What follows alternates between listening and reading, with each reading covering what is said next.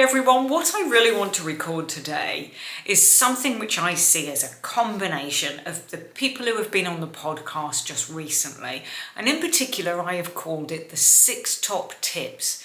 Now, Rebecca Homkes came on only very recently, and I think she actually said 3 really great things, and I want to repeat them for the purposes of consolidating them in your thinking. Now, number 1, which I really loved, is we often have different strategies for different environments or situations, and this comes about through our experience.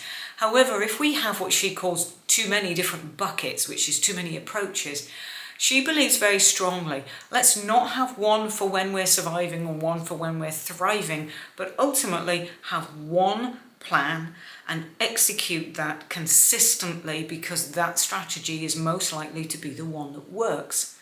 Now, her second point, which I completely agree with, is listen, please, to those feedback loops that help you refine and tweak that strategy.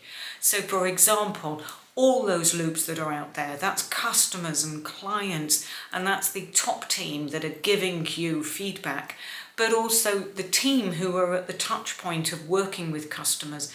When you really listen to all of this, you're super able to steer differently. So it alters the steering. It may not need to alter the strategy.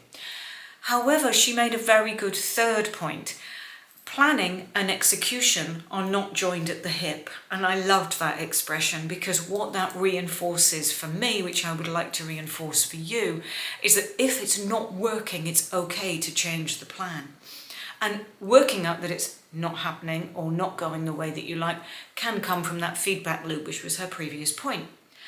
Now that then brings me to 3 from me, because when I talk about strategically managing change, I believe very strongly that we are in a very changeable set of circumstances now. It's not necessarily a negative. It's driven by advances in AI. It's driven by adaptation and the speed with which we all like to run our businesses and want to execute or achieve things. But I believe strongly that even though the top team may have lots of plans, strategy and ideas at play for a 5-year term still in their minds, the one which is most likely to have the greatest impact and enable grip for others is actually just consolidating that into what do we want to achieve this year. And I believe then that the bite-sized chunks, which are 1 month until they get used to doing this, and then 3 months, truly encourage traction.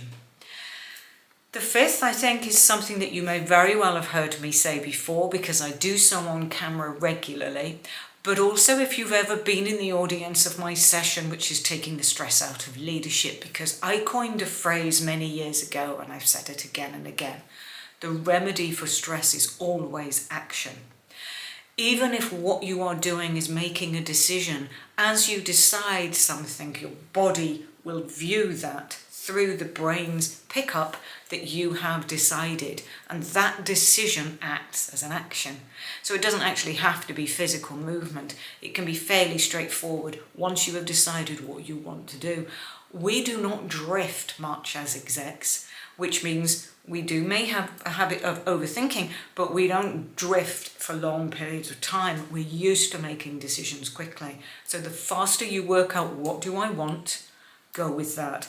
And I remember advising somebody only last week when they were stuck somewhat. And I said, okay, if you don't yet know what you want, because they were in the process of deciding were they ready to sell the business or not, I said, sit down and write a list of everything you don't want, and then let's go from there.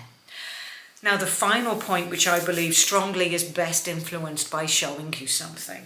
If I held this bottle up and I said to you, how much does it weigh? You'd be concentrating on the weight of this, quite rightly, because that was the question. But the truth is, this is probably fairly lightweight, so it's easy to carry. And this is not really the issue. It's not how long I hold this that matters. It's the fact that when I continue doing so over time, I need to learn that it will get heavier and heavier, which does damage to the rest of my arm. So the theory is stop holding it all the time. Learn to put it down.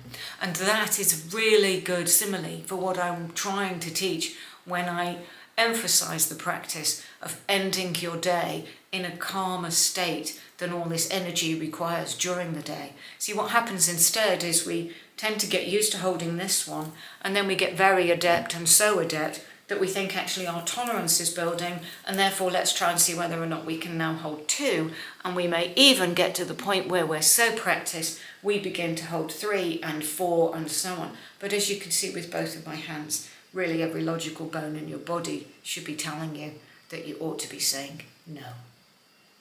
So, 6 tips there for you.